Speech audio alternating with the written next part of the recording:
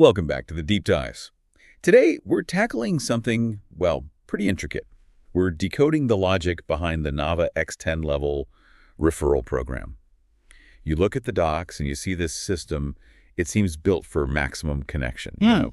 Every single activation, every dollar has a very specific place to go. It really does. Referral systems often look like, well, like hieroglyphics, right? Exactly. Yeah. So our mission today is to cut through that complexity. We want to unpack the geometry, that 10-level structure, the way it guarantees 100% payout, which is quite something. And then the rules for placement, reinvestment, and this NFT thing that ties it all together. Yeah, think of it like we're looking at a detailed blueprint. Understanding the core mechanics is crucial. Things like compression, the automatic cycling, and how you can actually stack different kinds of income, positional and relational. It's designed for continuity, definitely. And you mentioned something interesting before we started, that you can earn commissions even on levels you don't own yet. That's one of the fascinating quirks, yeah. The payment rules are quite unique. Okay, let's unpack this. All right, let's start right at the base, the foundation. So we have 10 levels. They're independent. But the key thing is you have to activate them sequentially. You can't just jump to level 5. No, exactly. You buy level 1, then you can buy 2, then 3, and so on. And the cost structure, well, it's simple, but it ramps up fast. How fast are we talking? It starts small. Level 1 is $20, but then it just doubles every single step. Okay, so level 2 is $40. Level 3 is $80. Level 5 is $320. Keep going. At level 8 hits $2,560. And if you want the top, level 10, that's $10,240. Wow. Okay, so that doubling really adds up. It does. And remember, each level you activate, it's like running its own separate, dedicated referral program structure for you, just for that level. So if I own up to level 3, I'm actually managing 3 distinct structures simultaneously. That's it. And the geometry, the shape of those structures is always the same. It's absolutely fixed. Every level has this 14-slot structure. Right. 3 lines deep. Line 1 right below you has 2 slots. Line 2 below that, 4 slots. And the bottom, line 3, has 8 slots. 2 plus 4 plus 8. Yep, 14 slots. And the person at the very top. That's the structure owner. You are the owner of your own 14-slot structure for each level you activate. Okay, what's fascinating here, I think, is how everything overlaps. Like you own your structure, but you're also in your upline structure for that same level. Constantly intersecting. And that's fundamental to understanding how placement works, how people actually fill those slots. Right. So when someone new activates a level, it's like 2 things happen at once. Exactly. First, they get placed somewhere in their upline's active structure. We'll get to how in a sec. Second, boom, they become the owner of their own fresh, empty 14-slot structure for that level. Ready to be filled. And that placement? It's not random at all, is it? Not even slightly. Very strict logic. It always fills top to bottom and left to right.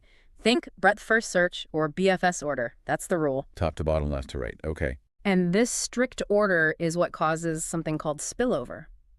Imagine your upline is really active, filling their first line spots quickly. Okay, well, the next person has to go somewhere. Okay. The system follows the rule, top to bottom, left to right.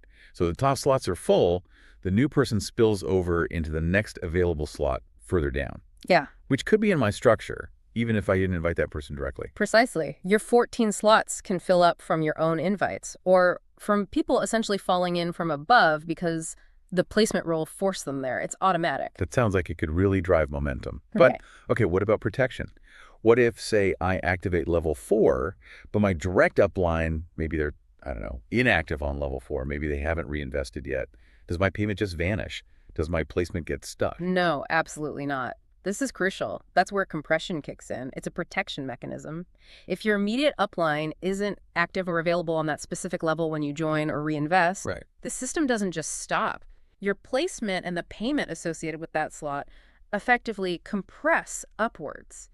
They skip the inactive person. Skip them and go where? How far up does it look? It searches for the nearest active upline in that direct lineage going up chain, potentially as far as 10 levels upwards. 10 levels, wow. Yeah, it guarantees 2 things. 1, you're never stuck under someone dormant. And 2, that 100% of the money always gets distributed instantly. Compression keeps the flow going no matter what. Okay, here's where it gets really interesting. That 100% payout guarantee. Every time someone activates or reinvests in a level, the entire sum is distributed. Instantly. A whole amount. The whole amount. And it's split into 2 separate streams. 80% goes to what they call linear payouts, and the other 20% goes to referral bonuses. They're independent. Okay, let's tackle the big chunk first, the 80% linear payouts. You said this is positional. Purely positional.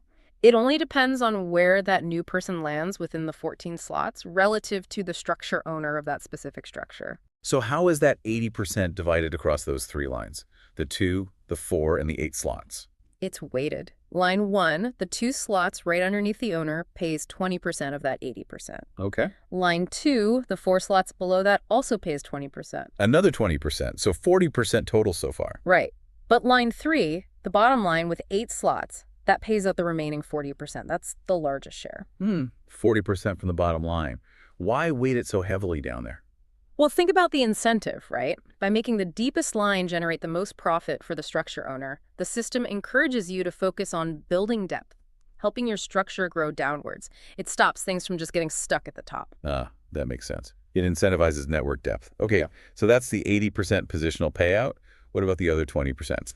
The referral bonus. This one is totally different. It has nothing to do with where someone lands in the 14 slots. It's all about the personal connection, the referral link. Who invited whom? Exactly. That 20% is split evenly. 10% goes to the person who personally invited the new user. That's your first referral line. Okay, my direct invite. And the other 10% goes one level up to the person who invited your inviter. So your second referral line, upline. Interesting. So it rewards helping your directs become successful inviters too. It really does. It encourages support down 2 levels. So let's paint a picture. Yeah. What if I personally invite someone, right? Yep. And they happen to land, let's say, way down in my line 3 when they activate level 5. What do I get? Okay, this is the cool part. You get to stack the income. Because they're your personal invite, you automatically get that 10% referral bonus. Right. And because they landed in your line 3, that slot position triggers the 40% linear payout for you as the structure owner. So I get both. You get both. Yeah. 10% referral plus 40% linear. That's 50% of their level 5 activation cost coming straight to you. Doesn't matter if they got there by spillover or your direct effort landing them there. Wow. Okay. That stacking is powerful. And let's just quick revisit that exception you mentioned. If my downline buys level 4, but I only own up to level 3. You still get your 10% referral commission for their level 4 purchase because you have that direct relationship. Even though I don't own level 4 myself. Correct. You won't get the linear payout, obviously, because you don't own a level 4 structure for them to land in, but that relationship-based bonus, that's protected. That's a really important detail. Okay, the goal here isn't just one payout, right? It's about continuous cycles. So once all 14 slots are full for a specific level, the cycle is closed. And this triggers an automatic repurchase, a reinvestment. Why make that automatic? Why mandatory? Well, it's really about 2 things: continuity and preventing loss. The reinvestment means the structure owner can keep earning from that level over and over instead of it just stopping after 14 people. Okay. Keeps the engine running. Exactly. Yeah. And to make sure it happens smoothly, without the owner needing to manually do it, the system uses deferred payouts. Deferred. How does that work? It basically holds back the payouts from 3 specific slots within the 14. Instead of going straight to the owner's wallet, the funds from these 3 slots go into a smart contract fund earmarked for reinvestment. Which 3 slots are they? It's very precise. It's slot #3 in line 2, and slots #2 and #7 in line 3. Line 2, slot 3. Line 3, slots 2 and 7. Why those particular ones?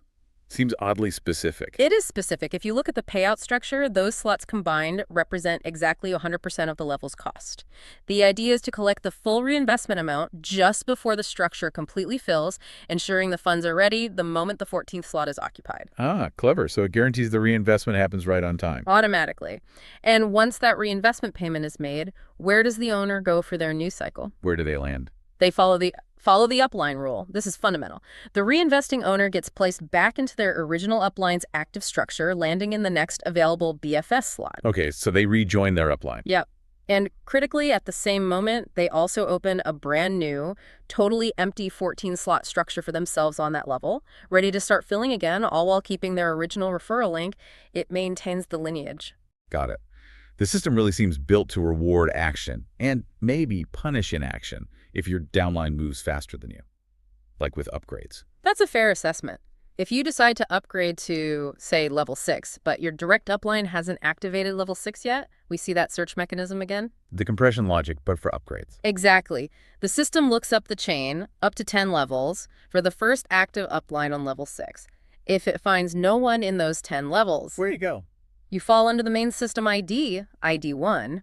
This is why the documentation strongly suggests activating at least 5 levels reasonably early. It's risk mitigation. To avoid losing out on those potential linear and referral payments from downlines who are upgrading quickly below you. Precisely. You don't want your commissions compressing past you because you haven't kept pace. All right, let's switch gears a bit to the asset side. The NFT. Every time you activate a level, you mint an NFT. It's soul-bound, so it's tied to your wallet permanently. What's its job beyond just being, a digital collectible? It's much more than that. Think of the NFT as a dynamic proof of participation. And it's your key to utility within the broader ecosystem. Its rarity, rated 1 to 10, matches the highest level you've activated. And it levels up. It does. Every time you upgrade to a higher level or even complete a cycle and reinvest automatically, the NFT's metadata updates, effectively leveling it up, so it reflects your ongoing activity and grants growing rights and benefits. Like what kind of benefits? Well, the sources mention access to other ecosystem products, potentially getting discounts up to 50% on platform services. Okay, real utility. Yeah, and also increased voting power in the DAO, boosts in related GameFi products. But maybe the most crucial function is granting access to the primary token sale, the token sale. Ah, right. And the amount of tokens you can buy in that sale isn't fixed, is it? It's tied to your NFT activity. How's that calculated? It's cumulative. This is important. Your token purchase limit isn't just based on your highest active level. It equals the SUM of the costs of all levels you've ever activated, plus the cost of all subsequent reinvestments you've made. Okay, walk me through an example. Sure. Let's say you activate level 1 for $20. Your token purchase limit is $20. Then you upgrade, adding level 2 for $40. Your limit isn't $40, it's $20 plus $40, so $60. Got it. Cumulative. Then you add level 3 for $80. Your total limit jumps to $60 plus $80, which is $140. And later, if your level 1 structure fills up and automatically reinvests for another $20. Our limit goes up again? Yep, your limit permanently increases to $160. This entire history, the total value process through your position, gets recorded and updated in the NFT's metadata. The NFT's value and utility truly grow with your total activity. So what does this all mean? When you put it all together, the Nava X system seems like this really intricate balancing act. You've got this rigid, predictable structure, 14 slots, strict placement rules. BFS logic. But then you have extreme fluidity, money moves instantly, 100% payout, compression ensures nothing gets stuck, and then there's this long-term value layer with the NFT that keeps growing. It really is a highly engineered environment. You can see how every rule tries to reinforce continuity. Compression protects your payments. Those specific deferred payout slots guarantee the automatic reinvestment happens. Even waiting line 3 payout at 40% pushes for network depth. Everything encourages moving forward, upgrading or cycling? Exactly. It's all designed to keep the system active and growing. Okay, so here's a final thought, something for you listening to maybe chew on. Given that you have to activate levels sequentially, one after the other, and there's this clear risk, this penalty almost, for not keeping up with your downline's upgrades, remember that search 10 levels up rule potentially send commissions way past you. Right, the pressure is there. How does that specific incentive structure influence the speed and maybe even the size of the investments people feel they need to make, especially early on? It seems like a pretty powerful mechanism to drive rapid adoption and potentially larger initial buy-ins. Something to definitely think about. Until next time on The Deep Dive.